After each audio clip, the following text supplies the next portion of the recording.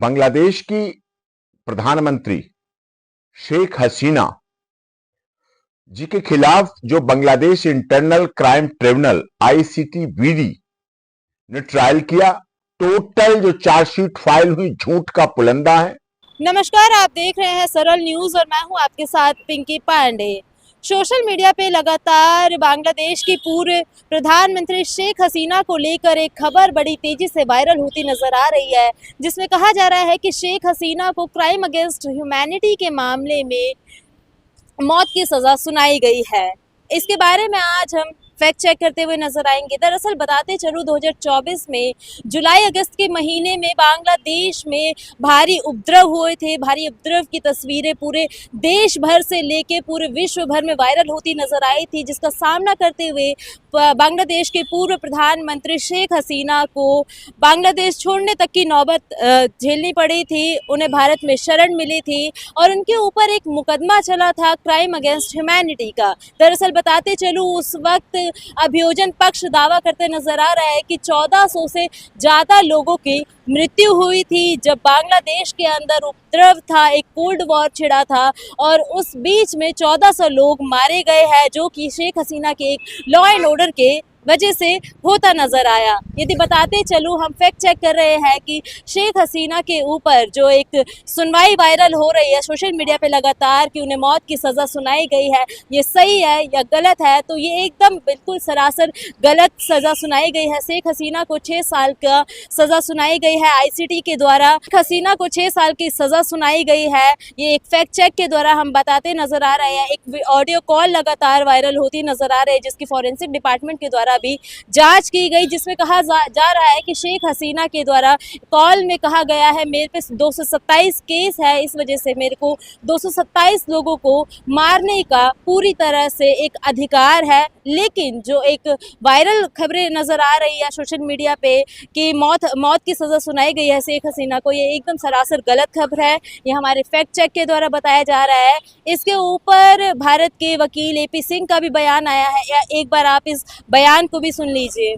बांग्लादेश की प्रधानमंत्री शेख हसीना जी के खिलाफ जो Bangladesh internal crime tribunal ICTBD ने ट्रायल किया, जिसमें प्रोसिक्यूशन ने उनके खिलाफ 5 चार्जशीट फाइल की।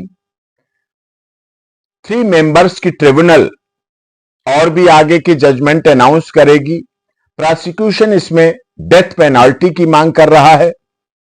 उनके अनुसार शेख हसीना ने वहां जो भी घटनाक्रम पिछले समय हुआ उसके लिए वो जिम्मेदार है, बल्कि ये टोटल जो चार्जशीट फाइल हुई झूठ का पुलंदा है, गलत है।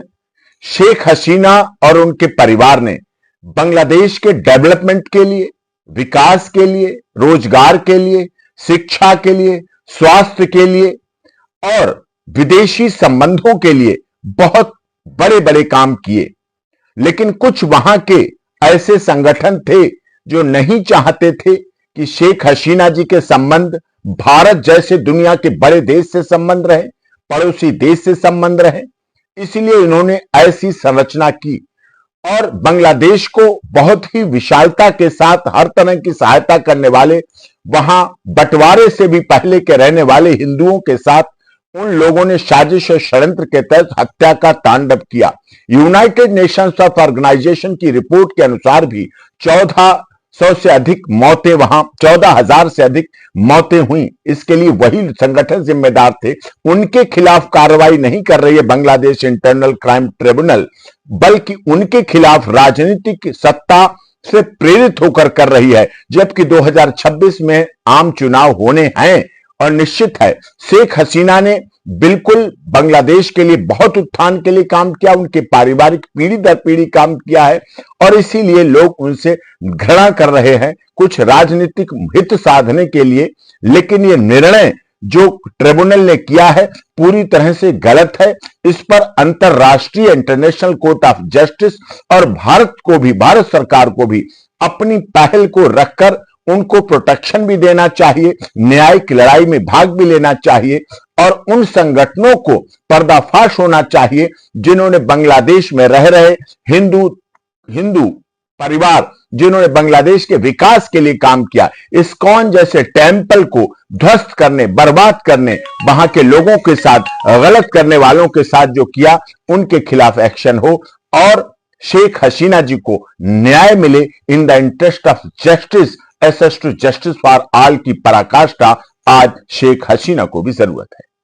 आपको ये खबर कैसी लगी, जानकारी के लिए ठीक लगी या गलत लगी, कमेंट सेक्शन में ज़रूर बताइएगा और बने रहिए हमारे चैनल के साथ। हमारे चैनल को सब्सक्राइब करने के साथ साथ बेल आइकन ज़रूर दबाइएगा और बने रहिए हमारे साथ। आप देख रहे हैं सरल न्यूज़।